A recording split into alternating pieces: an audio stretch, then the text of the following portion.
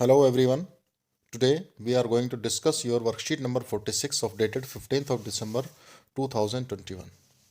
In this worksheet we will discuss about the achievements as well as limitations of the Mendeleev's periodic. जैसा कि हमने पिछली worksheet में देखा था, मेंडलीव ने जो अपनी क्लासिफिकेशन दी थी, जो अपनी टेबल इसने प्रपोज की थी, उसमें वर्टिकल जो कॉलम्स थे उनको हमने ग्रुप्स कहा एंड जो हॉरिजॉन्टल रोज थी उनको इन्होंने पीरियड्स कहा.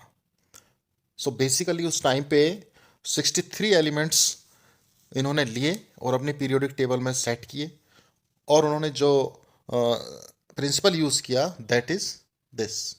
The properties of the elements are a periodic function of their atomic masses. So he took the atomic mass as the base for the classification of elements. Now let us discuss about the achievements of his periodic table. First achievement is that he left some spaces, blank spaces in his table for the elements that were yet to be discovered. उस time पर जो elements discover नहीं हुए थे, जिन elements की खोज नहीं हुई थी, उस समय उन्होंने उनके लिए ब्लैंक स्पेसेस को छोड़े रखा. उस टाइम पे जो ब्लैंक स्पेसेस उन्होंने छोड़े उनको एक तरीके से ये नाम दे दिया, एक का बोरोन, एक का एल्यूमिनियम, एक का सिलिकॉन. बाद में जब ये एलिमेंट डिस्कवर हुए तो ये पाए गए स्कैंडियम, गैलियम, जर्मेनियम.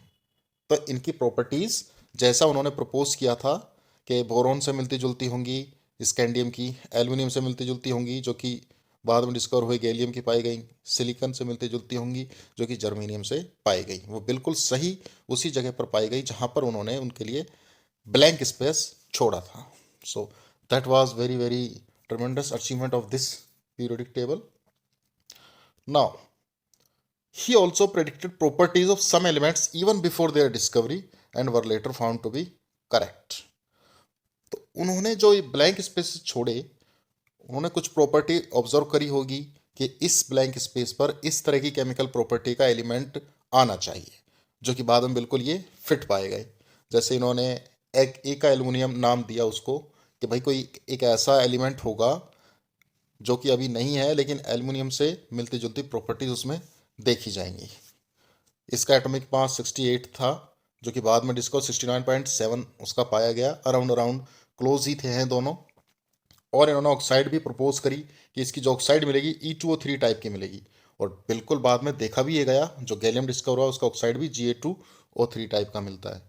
क्लोराइड का भी इन्होंने प्रपोज कर दिया था कि ECl3 टाइप का क्लोराइड मिलेगा. बाद में देखा गया क्लोराइड जो मिला वो GaCl3 हमें मिलता है गैलियम का.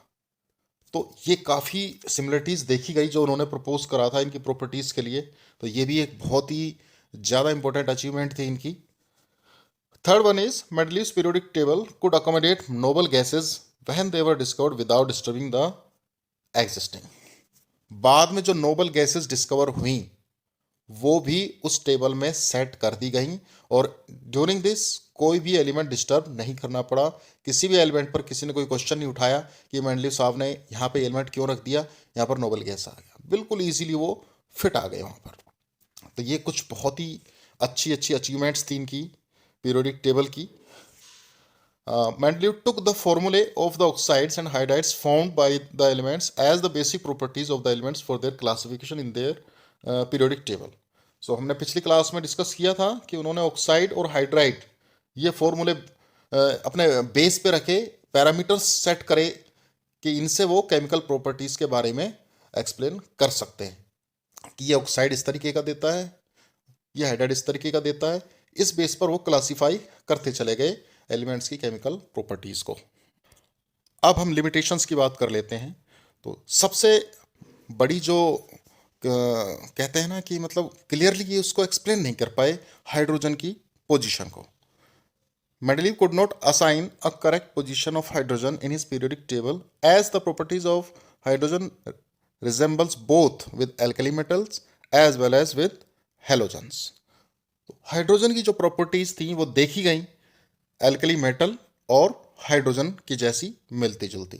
तो इस वजह से इन्होंने इसका पोजीशन को क्लियर नहीं बताया, क्योंकि एल्कली मेटल की तरह ही it combines with halogen, hydrogen जो है हेलोजन ऑक्सीजन और सल्फर के साथ रिएक्शन दे रहा था। देखिए HCl H2O ऑक्सीजन के साथ, सल्फर के साथ H2S, इसी तरीके से NaCl Na2O Na2S, इसी तरीके से इनके ऑक्साइड और सल्फर के साथ रिएक्शन करके प्रोडक्ट मिल रहे थे। And like halogen it exist as diatomic molecule. Halogens जो होती है ना, फ्लोरीन, क्लोरीन, ब्रोमीन, और ये हमेशा डायटोमिक मिलती है, F2Cl2Br2 इसी स्टेट में मिलती है, और H2 भी इसी स्टेट में मिलता है।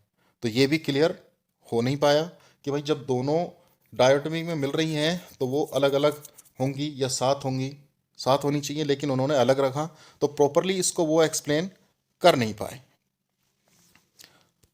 सेकेंड लिमिटेशन जो देखी गई, isotopes of the same element will be given different position if atomic number is taken as basis which will disturb the symmetry of the periodic table। तो इस तरीके से इन्होंने आइसोटोप को भी क्लियरली नहीं बताया। आइसोटोप उसे कहते हैं जिसके एटॉमिक नंबर तो सेम होते हैं लेकिन एटॉमिक मासेस जो है डिफरेंट पाए जाते हैं। Next limitation is that the atomic masses do not increase in a regular manner in going from one element to the next। जो इन्होंने increasing order of atomic mass ये पैरामीटर लिया था एलिमेंट्स को सेट करने के लिए, तो इसमें यह भी देखा गया कि इनके एटॉमिक मास एक रेगुलर तरीके से बढ़ नहीं रहे थे। कहीं पर बहुत ज़्यादा हो रहे थे, कहीं पर बहुत कम डिफरेंस देखा गया, और कहीं कहीं पर तो ज़्यादा वाला जो है बाद में आ रहा है और कम वाला पहले आ रहा था, और कहीं पर कम वाला पहले आ रहा है, ज़्यादा वाला बाद में, या यूँ कहें कहीं पर ज़्यादा वाला पहले आ रहा था, कम वाला बाद में आ रहा था। तो इस तरीके से ये जो है ना डिसऑर्डर देखा जा रहा था। सो ये कुछ लिमिटेशंस थी जो मेंडलीव के पीरियोडिक टेबल में देखी गई, ऑब्जर्व करी गई।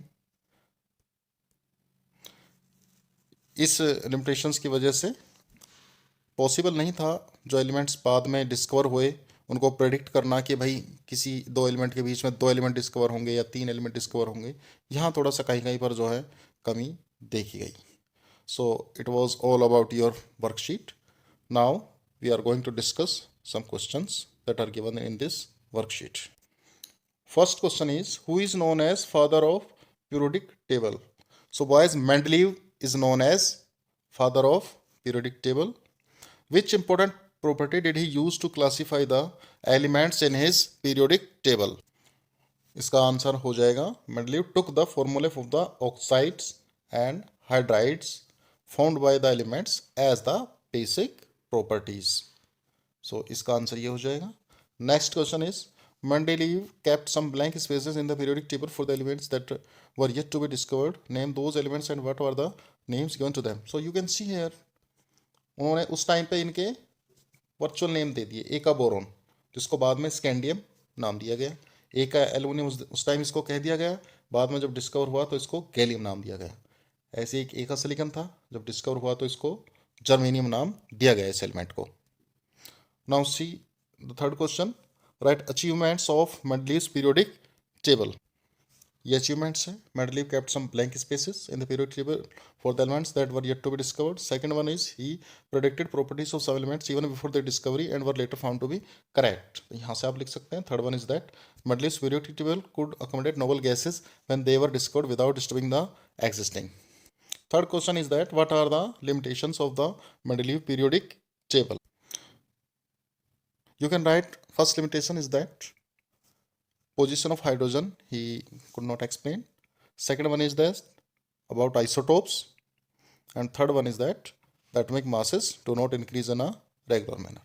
So यहाँ से 3 पॉइंट आप इसके उठा करके लिख सकते हैं लिमिटेशंस के। सो क्वेश्चंस के आप आंसर वेरी इजीली इसमें देख करके लिख सकते हैं। Last question is that Mendeleev could not assign a correct position of hydrogen in his periodic table. Why? यहाँ पे भी हम देख चुके हैं, इसका आंसर यहाँ से लिख देंगे because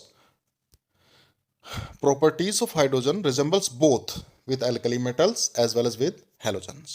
Like alkali metals, it combines with halogen, oxygen and sulfur. देखिए हाइड्रोजन यानी क्लोरीन के साथ भी रिएक्शन करता है, ऑक्सीजन के साथ भी एंड सल्फर के साथ भी, एल्कली मेटल की तरह ही। और like halogens, hydrogen is found in diatomic form. Okay, so it will be the answer of last question. Hence this worksheet has been completed. कोई डाउट हो किसी को, कोई दिक्कत हो, मुझे कमेंट में पूछ सकता है। और अगर आपको वीडियो मेरा अच्छा लगा तो you can like it and share it.